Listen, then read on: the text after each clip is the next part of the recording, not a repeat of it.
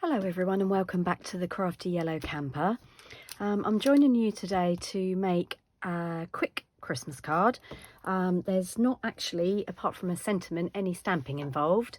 So if you're getting a bit panicky about getting your Christmas cards finished, hopefully this will help you out, because you could quite easily cut and prepare all the elements for this card and then sit and put them all together, quite probably in front of the TV.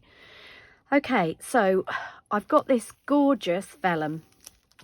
It is called the Snowflake Speciality vellum. It's 12 by 12 sheets, and there are 3 different designs I just want to show you. Now, I saw this in the catalogue, and I have to say it's more beautiful in real life than it is in the catalogue, and I'm hoping that you're getting that shimmer. I think you are in the video. There's 2 sheets of each of the patterns. I've cut some of this one down. This one is one of my favourites, and it's got this silver snowflake pattern on it. But when you actually move it in the light, it isn't just silver. Hopefully you're getting that. It's holographic. You also get 2 sheets of a dotty vellum, which is treated with the same thing, so that hopefully you're getting that. It's not quite as obvious, but there we go. Hopefully you're getting that. That is also iridescent. And then, oh, actually, I've told you a fib. There is, I don't think there is 2 sheets of the dotty one. I think there's just 1.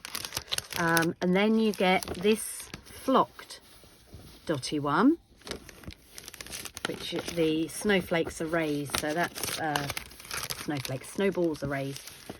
And then there are 2 sheets of the flocked snowflake pattern. So exactly the same pattern as we've got on the iridescent shiny one, but this one is flocked. So really tactile, really nice. Yeah. So in total there are 6 sheets. So yeah, so 2 of these, 2 of the flocked snowflakes, 1 of the iridescent snowballs, if you like, and 1 of the flocked snowballs. And that's in the June to December catalogue. So I'm going to fess up now. I haven't actually started making any of my Christmas cards, apart from the ones that I've made for my classes. So I really do need to get a move on, which was part of the reason for this card. So I'll just show you the bits and pieces that I've got and tell you the measurements. So non-traditional Christmas, purple is one of my favourite colours, so I always have to throw in a purple card. And because of the sort of iridescent on here, there is some sort of purpley colour in there. So I've got a standard C6 card base, so that's half of an UK A4 sheet. If you're in the States or anywhere else that uses letter size, obviously that would be half of your sheet. So that's going to be our base, and then I've cut a strip of the vellum, and this is cut at, let me just give you the measurements. I'm working in centimetres, I'm afraid. So that's 3 centimetres wide. If you are using inches, that would be 1 1/4 pretty much, and that is cut the length of the card. And then I've got 2 pieces. Now this is retired paper. I was going to use some silver foil paper, but I must have messed up my order, and I actually have gold foil instead of silver foil. So I've got 2 pieces of that, and again they're cut at the same size, so they're 3 centimetres wide by the depth of the card. So in my case that's 14.8. Okay, and then what I've done is I've used the dies from the Labels Aglow suite, and these are the dies that go with the Christmas lights stamp set, which is this one. And I've used the snowflake here. Now, for anybody that hasn't got this set and doesn't realise, these bigger images actually come in 2 parts. So I'll just take it off the plastic so you can see. So plastic, cardboard. So this is the outer shape of the snowflake, and this is the inner. So I think it's important, if you haven't used these, I just need to point out that this one will not cut out a snowflake shape. What it will do is cut that pattern into the cardstock that you're cutting it from. So if you want something that is going to have a tea light maybe behind it, and you want something to shine through, then that's for that one. And then this one actually cuts out this snowflake here. Line it up properly. Yeah, there we go. So the snowflake stamp, this one actually cuts that out. But yeah, so this one doesn't. This is not the right shape, but that you could cut that and layer that over the top. So basically, if you want to actually cut out the shape, they sort of lock in together like that in your die cutting machine, and that's what I've done. Run them both through at the same time, and I've cut out a snowflake, and you can see I've got the inner pattern and then the outside pattern, and this is sort of very slightly raised. It's almost embossed it on the end, which is really pretty. And I've cut this out of the white glimmer paper that is from the red and white pack. So I'm just going to use my pokey tool. So I've just realised there's a few little dots. Now this does cut really nicely in the Stampin' Emboss machine. Most of the bits fell out actually when I got it out. So right, back to our card. So really quick card. So first of all, what I'm going to do is stick on these side pieces of paper. As I said, if I'd have had my silver glimmer instead of gold glimmer on my order, that's what I'd be using. So now these are cut so that you've got a little bit of a space each side. There we go. Those there, and then this one's going to go over the other side. Now vellum we need to be careful with, because obviously adhesive shows through vellum. You can buy special vellum glues and special vellum tape runners, but if not, you need to make sure that you cover up. Just trying to make sure I get my distance level, that you put something over where you've added your adhesive. So I would like my snowflake to go in the middle, which means I need to stick the middle of the vellum.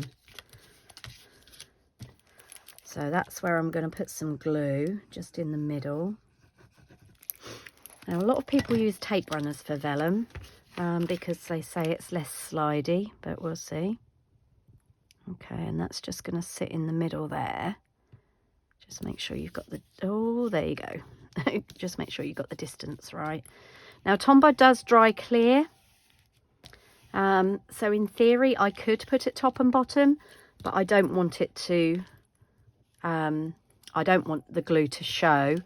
So I'll show you how I'm going to get around that in a minute. I'm just going to put a dimensional on the back of our snowflake, and the mini dimensionals fit perfectly in the middle of our snowflake. So let's pop that on there. So that's going to go in the middle. I don't know whether I want it pointing north and south or slightly off. We'll go for pointing north and south. So that's going over where the glue is in the middle. And then what I thought we could do was add some bling to the top and bottom so that we can cover up. Oh, where have my coloured dots gone? So we can cover up the glue basically. There we go. Oh, I really need to tidy my desk up. It's an absolute nightmare at the moment. So what I've got the, these are called red and green adhesive backed pearls, but they aren't just red and green. So you've got red, you've got green, you've got silver, you've got some gold. And the red are actually hidden under the label. I've had several customers that have ordered this and then sent me a message saying, where are the red ones? Because they haven't looked under the label. So what I'm going to do, I am just going to use a tiny bit of Tombow, top and bottom. just going to put a tiny bit, and I mean a tiny bit, there under that star. Now that is the beauty of this holographic vellum, is that there is a pattern on it, so you can get away with a tiny bit of glue under some of the silver pattern because that doesn't show. And then what I'm going to do is I'm going to add, poke it all out, I've got some of the opal rounds. Actually, no, I'm not going to use those. I am going to use rhinestones, I think. The opal rounds are really nice, but I don't know that they'll stand out against the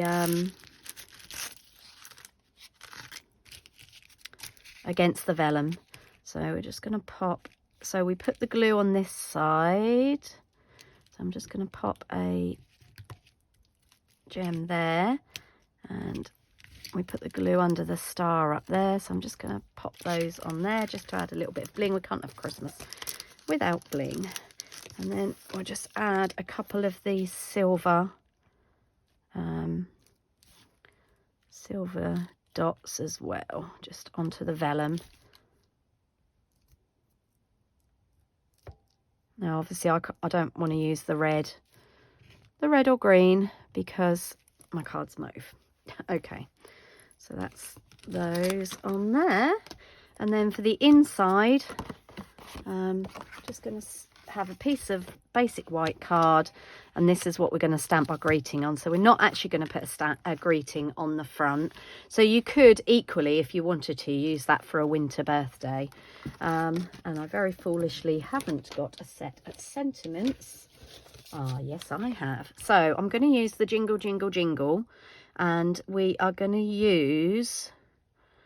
I think we'll use the outline stamps on these. No, actually I wasn't. No, I've changed my mind. I'm not going to use those. Bear with me for a second while I grab another stamp set.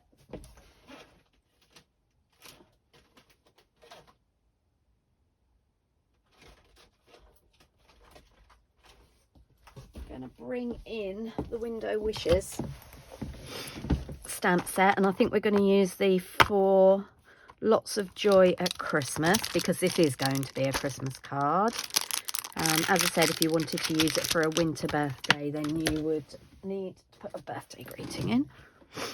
Okay. Oh, look at that, I've just found a bird on there. I'll leave that one there and put that away properly later. Right, okay, so let's just pick that up, and we're going to go in with some gorgeous grape, I think.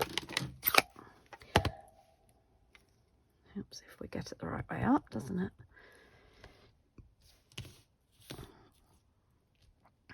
And we'll pop that in the middle. There we go. Just going to add some Tombow onto the back of that. Again, if you prefer, you can use a tape runner. I always get myself in a bit of a muddle with tape runners, so I tend to just keep them for adding ribbon to things. I'm just going to add that to the inside of our card. And the other thing that I'm just going to do, I'm just going to add one of these big gems, basic rhinestones, to the middle of that snowflake, because you cannot have too much bling. So there we go. So didn't take me long to put together. As I said, you can actually pre-prep these and make sort of 10 at a time. No stamping involved, just lots of lovely pretty papers, which we've got lots of. So I hope you like the card, and I'll see you again soon. Thanks for watching and happy stamping.